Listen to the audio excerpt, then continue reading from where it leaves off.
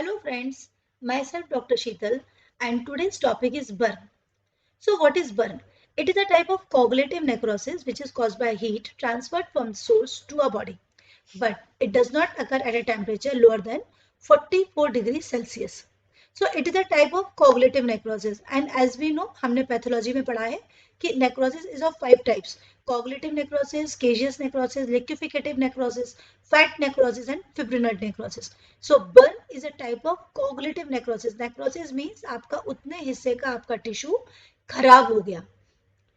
There is a one word which is known as frostbite. तो frostbite is also a type of burn, but it is caused due to excessive cold. अगर आप बहुत extreme -degree के temperature में चले जाएंगे, this will also cause burn, but उसे burn ना कह के हम कहेंगे Frost bite.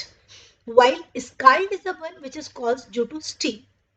Now, there are three types of burn: thermal burn, chemical burn, and electrical burn. So next is pathophysiology of burn. Pathophysiology of burn means कि what will happen in your body cells when body get burned. First is increased capillary permeability, which leads to fluid and the protein leakage from the intravascular space. Means कि blood vessels जले, blood vessels में damage हुआ, which will cause increased capillary permeability, and from that spaces आपका fluid, that means आपका plasma and protein, they will leak out. तो ये आपके blood vessel से leak out होके कहाँ जाएंगे? Interstitial space में आएंगे.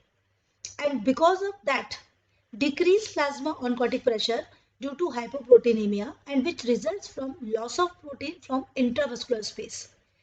मतलब क्या हुआ कि आपके ब्लड वेसल्स में से जब प्रोटीन जब परमेबिलिटी बढ़ी, protein and fluid leak out होके कहाँ आया? इंटरस्टिशियल स्पेस में आया. सो ब्लड वेसल्स हैं, बाहर इंटरस्टिशियल स्पेस है, लेकिन कभी भी इट नेवर हैपेंस कि इंटरस्टिशियल टिश्यू का जो फ्लूइड है वो ब्लड वेसल के अंदर आ जाए या ब्लड वेसल का इंटरस्टिशियल स्पेस में आए, because of that oncotic pressure जो हमारे ब्लड वेसल्स के अंदर मेंटेन्ड है, and that oncotic pressure is maintained because of proteins. इसलिए हम बोलते हैं खाने में प्रोटीन्स बहुत अच्छा होना चाहिए.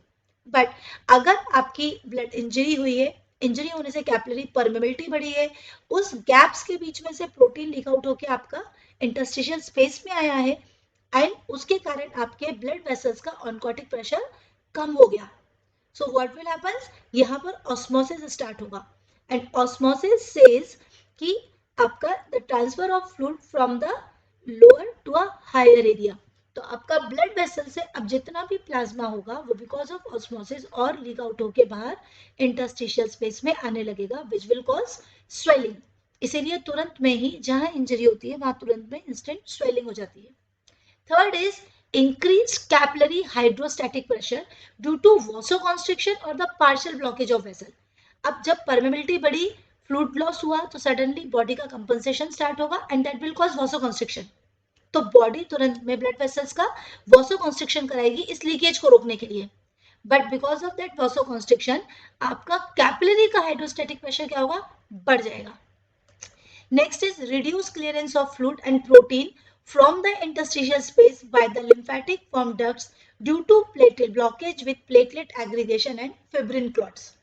अब ये तो थोड़ी बहुत इंजरीज हमारी बॉडी में चलती रहती है, कभी हमें सन बर्न हो गया, कभी हमें माइल्ड कट लग गए, कभी हम बर्न हो गया, माइल्ड बर्न हुआ. तो ये जो छोटी मोटी जो प्रोसेस चलती रहती है जिसके कारण परमेबिलिटी बढ़ती है और जो फ्लूइड और प्रोटीन इंटरस्टिशियल स्पेस में आ जाता है, तो नॉर्मल कंडीशंस में हमारा जो लिम्फेटिक सिस्टम है वो लिम्फेटिक सिस्टम उस पूरे फ्लूइड और प्रोटीन को एब्जॉर्ब कर लेता है और वह इंटरस्टिशियल स्पेस से उसे क्लियर कर देता है. But in the case of burn, अब क्योंकि लिम्फेटिक डक्ट्स में भी इंजरी हुई है and which will cause the blockage, platelet aggregation होंगे वहां पर, फिब्रिन क्लॉट बनेगा and that will cause the blockage of the lymphatic system. तो बिकॉज ऑफ दैट ब्लॉकेज अब लिम्फेटिक जो होगा वो एक्सेस ऑफ फ्लूइड और प्रोटीन को एब्जॉर्ब नहीं कर पाएगा. Intracellular fluid accumulation due to impaired cell membrane function. अब सेल मेम्ब्रेन्स भी प्रॉपर फंक्शन नहीं कर पाएंगे because of the injury by burn, तो इंट्रासेलुलर सेल्स के अंदर भी फ्लूइड एक्यूमुलेशन बढ़ता चला जाएगा. Increase osmotic pressure in burn tissue leading to further fluid accumulation. यहाँ आपका ऑस्मोटिक प्रेशर बढ़ता चला जा रहा है, कम होता जा रहा है, जिसके कारण से आपका फ्लूइड इंटरस्टिशियल टिश्यू में बढ़ता जा रहा है and because of the lymphatic obstruction lymphatic उसे क्लियर नहीं कर पा रहा है. Hence, ये प्रोसेस चलती जाएगी और जिस एरिया में बर्न हुआ है वहां स्वेलिंग प्रोग्रेसिवली बढ़ती चली जाएगी। Next is the increase evaporation, because epidermis जो आपकी होती है इट विल प्रिवेंट एवोपरेशन, ये हमारे प्रोटेक्टिव मैकेनिज्म की तरह काम करता है। But in case of burn ये एपिडर्मिस खत्म हो गया, अगर एपिडर्मिस खत्म हुआ तो आपकी बॉडी से एवोपरेशन स्टार्ट हो जाएगा, हेंस आपकी बॉडी में वाटर लॉस होगा, दैट विल कॉज डिहाइड्रेशन। इसलिए जितना बर्न की सीवियरिटी ज्यादा होती है पेशेंट उतना डिहाइड्रेटेड होता जाता है, वाटर लॉस होता जा रहा है, प्रोटीन लॉस होता जा रहा है, fluid accumulation that mean swelling बढ़ती चली जा रही है। And because of all that अगर बहुत सीवियर डिग्री का बन रहा तो depressed myocardial function, heart proper काम नहीं कर पाएगा, जिसकी वजह से आपके फल्मिनेंट कंडीशन क्रिएट होगी, दैट विल आपकी जान को खतरा बनेगा। Now next, management of burn patient, that means कि हाउ विल वी मैनेज, अगर बर्न पेशेंट आपके पास आता है तो how will we manage that patient. तो फर्स्ट डे, बिल्कुल first immediately the cold water wash bath, जितना पॉसिबल हो जितनी देर पॉसिबल हो उसको ठंडे पानी के नीचे बिठा दो, जितना ठंडा पानी जितनी देर लगेगा उससे क्या होगा, this will takes away the excessive heat and stabilises the mast cell, thus decreasing the release of the histamine and hence reducing the edema। जब भी इंजरी होगी, इंजरी के कारण आपके मास्ट सेल टूटेंगे, मास्ट सेल जब भी टूटते हैं हिस्टामिन रिलीज होता है and that histamine will cause the allergic reactions. तो as the burn patient comes to you तुरंत में कोल्ड वाटर बात कराइए, सो दैट जितना एक्सेसिव हीट हो सकता है वो पूरा आपके सेल से टिश्यू से वॉश अवे हो जाए, so that further mast cell का जो टूट रहे हैं वो रुक जाएंगे and further release of histamine आपका रुकेगा, इसलिए इडीमा काफी हद तक कम होगा। Then then assess the severity of burn, तुरंत देखिए आपका पेशेंट माइल्ड बर्न में है या सीवियर बर्न में है। अब वो बर्न का कैसे सीवियरिटी देखेंगे अभी हम नेक्स्ट स्लाइड में पढ़ेंगे, that means assessment of burn कि क्या होता है। बट अगर पेशेंट सीवियर है then hospitalised and admission in the burn ward, burn ward separate होते हैं because it is a totally sterilised ward होता है with the air conditioning facility, air conditioning रहता है सो दैट आपके बॉडी सेल्स एकदम ठंडे रहें और एक्सेसिव हीट आपकी बॉडी में बिल्कुल भी ना रहे। So burn ward is a totally sterilised room with the AC facility, जिसमें आपका hospital minimal hospital staff enter करेगा विथ नो अटेंडेंट्स, कोई घर वाले अंदर नहीं जाएंगे बिकॉज क्योंकि इसकी एपिडर्मिस जा चुकी है, इसका प्रोटेक्टिव लेयर जा चुका है, so there are more chances of super added infections। थोड़ा भी इन्फेक्शन अगर इसको लगा तो ये पेशेंट तुरंत सेप्टिसीमिया में जाएगा। so there is one word which is known as infection and there is another word which is known as septicemia। तो दोनों में क्या डिफरेंस है, तो infection is a localised injury, जब एक हिस्से पे अगर कहीं इंजरी हो रही है तो हम उसको इन्फेक्शन का नाम लेंगे। बट अगर उस इंजरी के कारण उस इन्फेक्शन के कारण सपोज बैक्टीरियल इन्फेक्शन हुआ आपकी बॉडी में हुआ और वो बैक्टीरिया आपस में ग्रो करने लगा, आपकी बॉडी इम्यूनिटी कम है या आपका बैक्टीरिया जो है बहुत फर्मिनेंट है, तो आपकी बॉडी जब सपोर्ट नहीं करेगी तो बैक्टीरिया ग्रो करेगा तो आपके मल्टी ऑर्गन्स इन्वॉल्वमेंट होगा। मल्टी ऑर्गन्स मतलब मैं बोलूंगी kidney, because kidney is the first vital organ जो सबसे पहले इन्वॉल्व होती है और आपका यूरिन आउटपुट कम होता है। तो किसी भी पेशेंट का अगर यूरिन आउटपुट कम हो रहा है दैट मीन्स किडनी काम नहीं कर रही है, ब्लड प्रेशर कम हो रहा है एंड कंपनसेटरी पल्स बढ़ रही है, दैट मीन्स पेशेंट शॉक में जा रहा है। तो किसी भी प्रॉब्लम में पेशेंट, चाहे वो एक्सीडेंटल केस हो, बर्न पेशेंट हो, इन्फेक्शन का पेशेंट हो, अगर उसका यूरिन आउटपुट कम होने लगता है, पल्स बढ़ने लगती है that is tachycardia, blood pressure कम होने लगता है that is hypotension, then we will say कि मेरा पेशेंट सेप्टिसीमिया में जा रहा है। इसका मतलब मल्टी ऑर्गन्स इन्वॉल्वमेंट हो रहा है, दैट इंडिकेट्स कि इस पेशेंट की प्रोग्नोसिस अच्छी नहीं है, इसकी बॉडी इसका सपोर्ट नहीं कर रही है। So we have to admit the patient, अगर पेशेंट सीवियर है एसी रूम में रखेंगे, फर्दर उसके वाइटल्स को एग्जामिन करेंगे और कोशिश रहेगी कि मेरा ये पेशेंट सेप्टिसीमिया में ना जाए। सेप्टिसीमिया में तब जाएगा जब इस पेशेंट को इन्फेक्शन होगा, सो टू प्रिवेंट दैट इन्फेक्शन हम इसे एकदम आइसोलेटेड रखेंगे। Next is assessment of depth of burn. अब बहुत इंपॉर्टेंट है कि हमको ये देखना है कि बर्न की डेप्थ कितनी है। See there is one superficial burn, एक सुपरफिशियली हम डील करते हैं कि कितना परसेंटेज बर्न हुआ है, and that is known as rule of Wallace, जो अभी मैं नेक्स्ट स्लाइड में बताने वाली हूँ। So first is assessment of burn by superficially, कि कितना परसेंटेज बर्न हुआ है, and second is the depth of the burn, depth मतलब कितना डीप इन्वॉल्वमेंट हुआ है। So in this there is one is partial thickness burn and there is full thickness burn. As the name indicates, partial thickness burn means only the superficial layer of skin are destroyed. Epidermis and a varying depth of dermis are involved.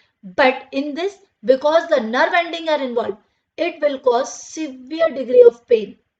जिसका simple method है कि अगर कोई burn patient आपके पास आया है with complaining of severe pain, ये हमारे लिए बहुत अच्छा पॉइंट है। पेन अगर पेशेंट को हो रहा है, इट इंडिकेट्स कि इसका सुपरफिशियल बर्न है, दैट मीन्स इसको खतरा कम है। बट अगर एक बर्न का पेशेंट आया है जिसको पेन नहीं हो रहा है, पेन नहीं हो रहा है मतलब इसकी नर्व एंडिंग्स खत्म हो गई हैं, नर्व एंडिंग खत्म हो गई मीन्स कि इसका एपिडर्मिस के साथ साथ फुल थिकनेस ऑफ डर्मिस भी इन्वॉल्व हो गया है। It indicate this is a full thickness burn, और फुल थिकनेस बर्न मतलब ये बर्न डेप्थ में जा चुका है। इट मीन्स इसकी प्रोग्नोसिस अच्छी नहीं रहेगी, इसको इन्फेक्शन होने के चांस, सेप्टिसीमिया के चांसेस ज्यादा रहेंगे। तो कोई बर्न पेशेंट अगर पेन के साथ आता है तो ये हमारे लिए खुशी की बात है। So now next is the assessment of the burn in term of surface area, and that is known as rule of Wallace. इसे हम रूल ऑफ वैलेस बोलते हैं। सुपरफिशियली हम देखते हैं कि परसेंट कितना परसेंट बर्न है। आपने सुना होगा डॉक्टर बोलता है 50% बर्न हो गया है, 70% बर्न हो गया है। So how we will assess? So in this the burn of upper limb is 18%. 18%, that is, this is also known as rule of 9. The rule of Wallace is also known as rule of 9, क्योंकि हमने 9 में divide किया है। कैसे divide किया है कि burn of upper limb is 18%. upper limb means आगे से दोनों और पीछे से, तो एक हाथ क्योंकि आगे और पीछे है तो 9 + 9 18। Burn of lower limb, lower limb अगर आप देखोगे डायग्राम में तो हाथ जो होता है वो पैरों का हाफ है, या मैं बोलूंगी जो आपका लोअर लिम्ब है वो अपर लिम्ब से डबल होता है। तो अगर मैंने अपर लिम्ब को 18% लिया है तो मुझे लोअर लिम्ब को 36% लेना होगा। तो burn of upper limb is 18% while burn of lower limb is 36%। Burn of anterior trunk that means 9 आगे और 9 पीछे, ये हो गया 18%। Burn of posterior trunk 18%। burn of head and neck is 9%. So 9 it becomes 11 parts में divide होता है, and 11 into 9 is 99, and last 1% is the burn of the external genitalias. So it will make 100%. तो हम rule of Wallace से देखते हैं कि मेरा पेशेंट कितना परसेंट बर्न है। सो किसी भी बर्न पेशेंट का असेसमेंट हम दो तरीके से लगाते हैं। फर्स्ट इज कि सुपरफिशियली कितना परसेंट बर्न है जो आपको दिख रहा है, एंड सेकेंड उसको पेन है या नहीं है उससे हम जज करते हैं कि इसकी डेप्थ कितनी है।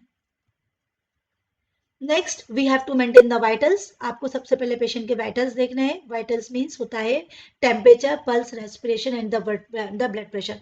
कोई भी पेशेंट अगर सीरियस कंडीशन में आपके पास, या कोई भी पेशेंट आपके पास इमरजेंसी में आ रहा है, so first you have to make the vitals proper. आपको देखना है उसका पल्स कितनी चल रही है, रेस्पिरेशन कितना चल रहा है, ब्लड प्रेशर कितना चल रहा है। मीन्स कि अगर रेस्पिरेशन ही नहीं चल रहा है, ब्लड प्रेशर आपको मिल ही नहीं रहा है, दैट मीन्स ये पेशेंट ऑलरेडी कोलैप्स हो गया, डेथ हो चुकी है, और तब आप इसका ट्रीटमेंट देके करोगे क्या? सो चाहे एक्सीडेंटल केस हुआ, आपका बर्न पेशेंट हुआ, आपका सेप्टिसीमिया का पेशेंट हुआ, आपका पॉइजनिंग का पेशेंट हो गया, कोई पेशेंट जहर खाकर आ गया, तो first you have to do see the vitals. तो आप pulse, temperature, respiration and blood pressure, ये चार चीजों को मॉनिटर करेंगे, जिसको हम लोग बोलते हैं ABC। A for airway, B for breathing and C for circulation.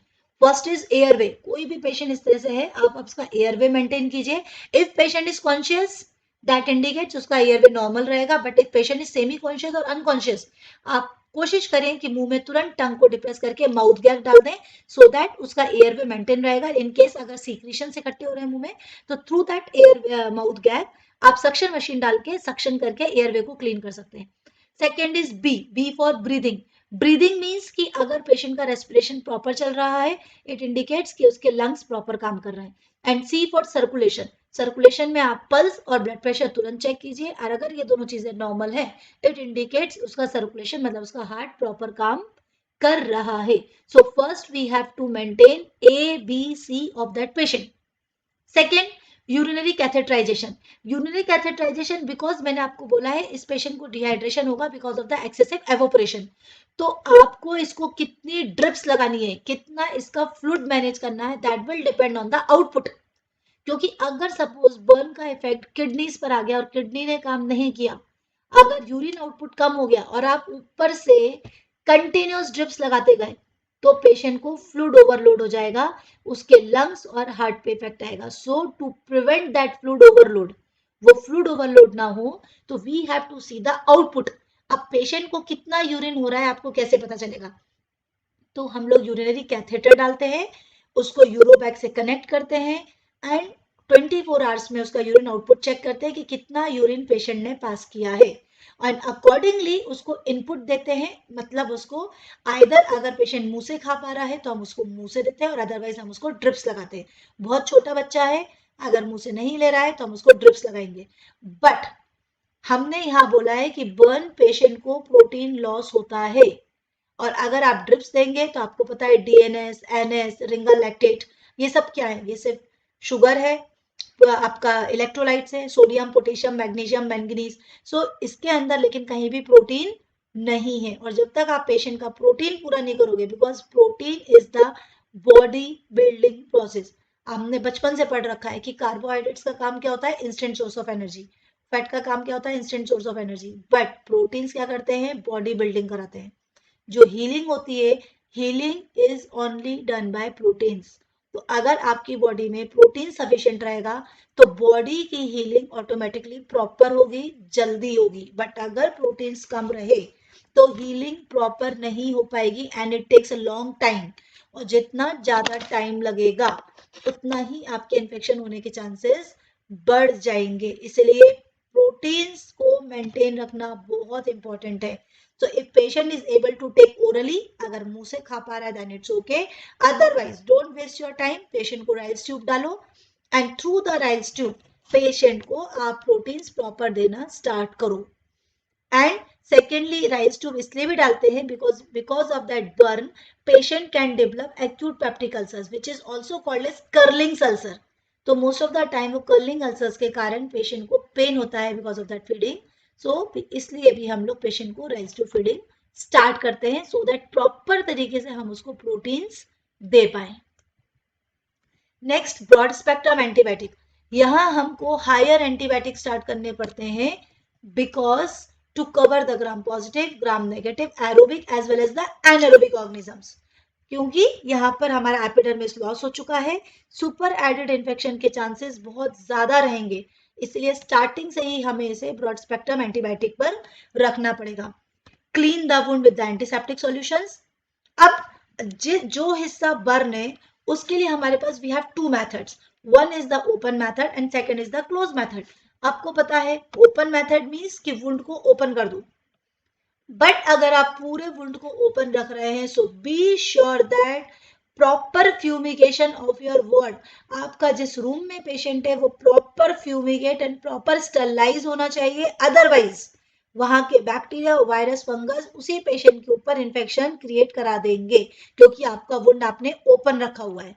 So for open method proper fumigation of the ward with leaving the wound open to atmosphere after applying the sulfate sulfadizine ointment. आपको फार्मिक में याद होगा the treatment of choice of burn patient is silver सल्फाडाइजिन.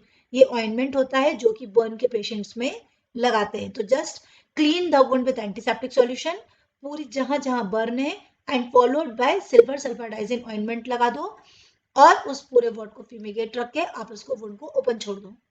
And in case if you don't want to take that risk, आप ये risk नहीं लेना चाहते हो, तो सेकंड होता है close method. Close method indicates कि आप उसको क्लीन करो एंटीसेप्टिक सॉल्यूशन से, सिल्फर सल्फाडाइजिन अप्लाई करो and then covered with that with cotton roll. But again अगर आपने कॉटन रोल से इसको सल्फर कवर किया तो नेक्स्ट डे ये कॉटन उसके ऊपर चिपक जाएगा और जो भी हीलिंग हो रही है, तो जब आप कॉटन निकालने की कोशिश करेंगे तो पूरा हील्ड टिश्यू, पूरा एपिथेलाइज टिश्यू उस कॉटन में फिर खिंच के आ जाएगा एंड अगेन सेकेंड डे नया रॉ एरिया क्रिएट हो जाएगा और वो रॉ एरिया उस वुंड को एपिथेलाइज नहीं होने देगा. So if you are covered with that cotton roll, so make sure that to dip that cotton roll in liquid paraffin solution. So liquid paraffin क्या करेगा, उस cotton roll को उस wound के ऊपर चिपकने नहीं देगा, so that आप second day easily cotton roll को बाहर निकाल सकते हो और आपका epithelialized tissue अपनी जगह पर रहेगा. But do remember, cotton rolls, liquid paraffin, ये सारा सिस्टम आपका स्टरलाइज होना चाहिए. इसलिए बड़े बड़े कॉटन रोल्स बनाकर लिक्विड पैराफिन में डालकर हम उसे ऑटोक्लेव करते हैं. क्यों? क्योंकि कॉटन रोल भी स्टरलाइज होना चाहिए. Next is tangential excision. So what is tangential excision? There are two methods. या तो जब तक इसकी एपिथेलाइजेशन नहीं हो रहा है तब तक आप इस पेशेंट का वेट करते रहो.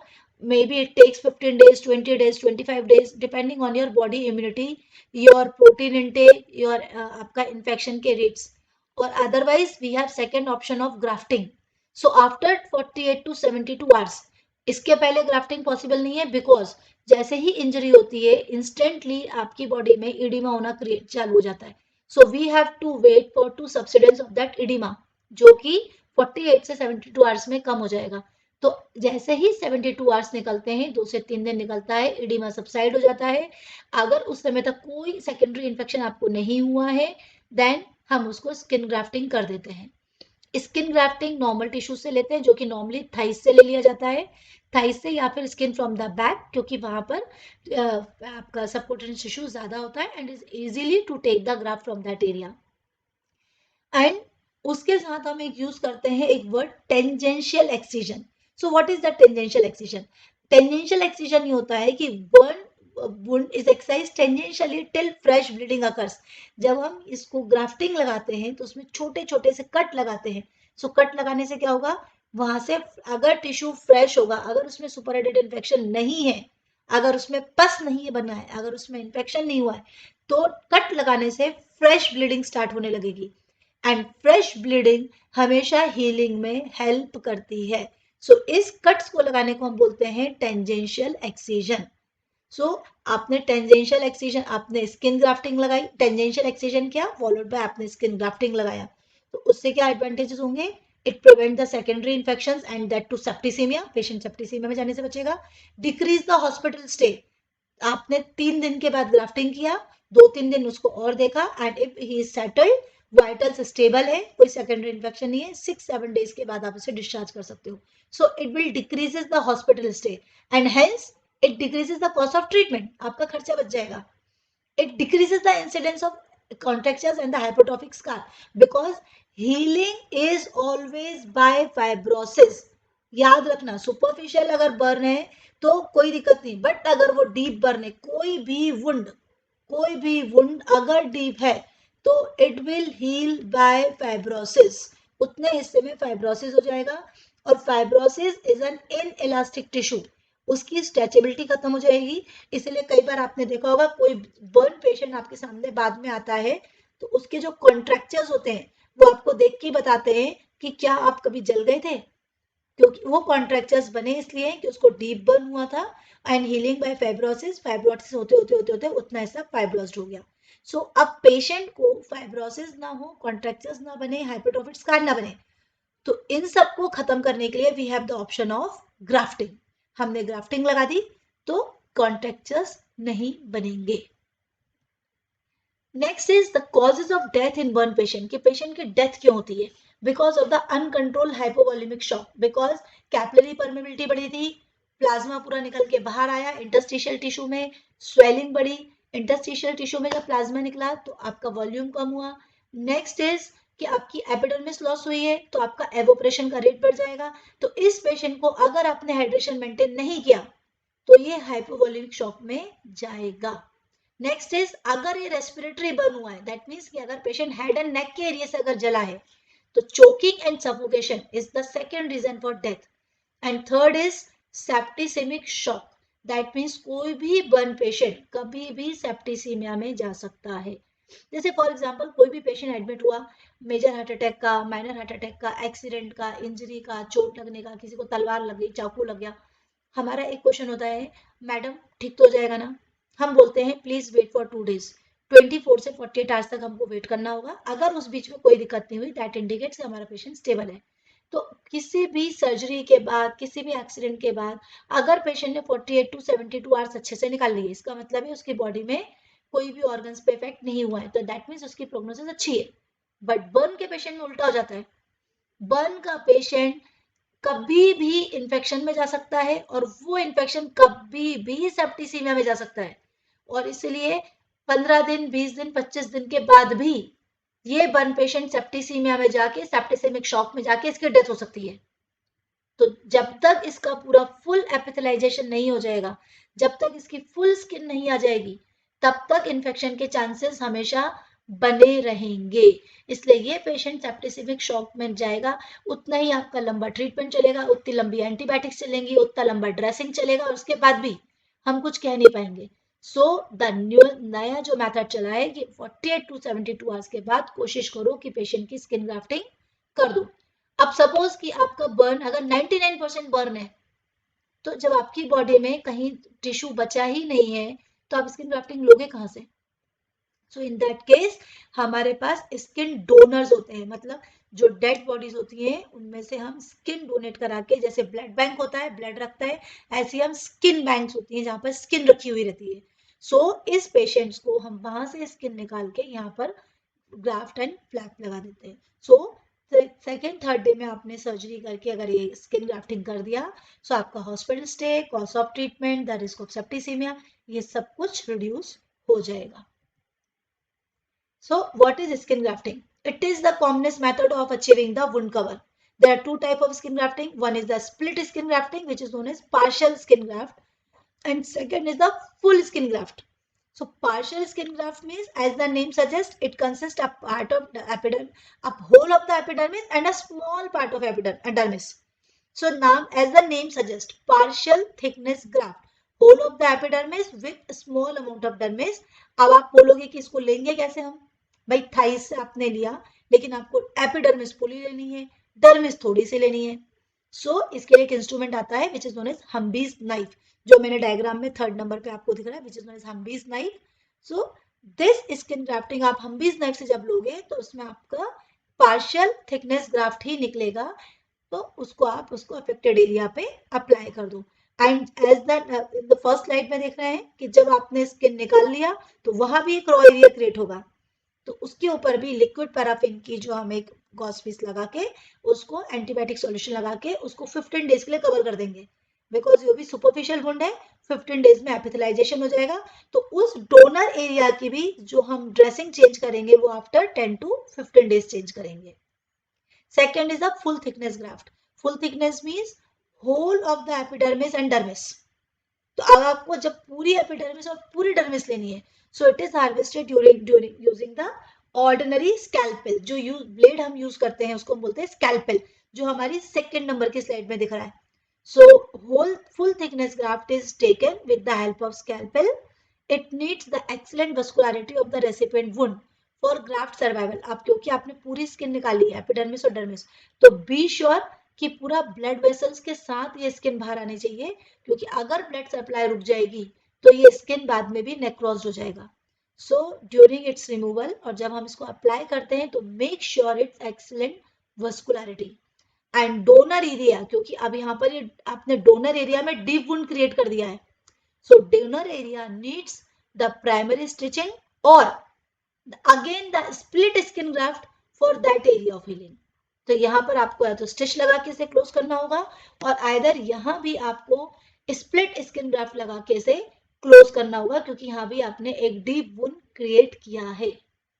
So this is about the skin grafting which is of two types. So friends, thank you. This is all about burn. If you like this video, so please like and subscribe my channel. I am waiting for the next video. Thank you.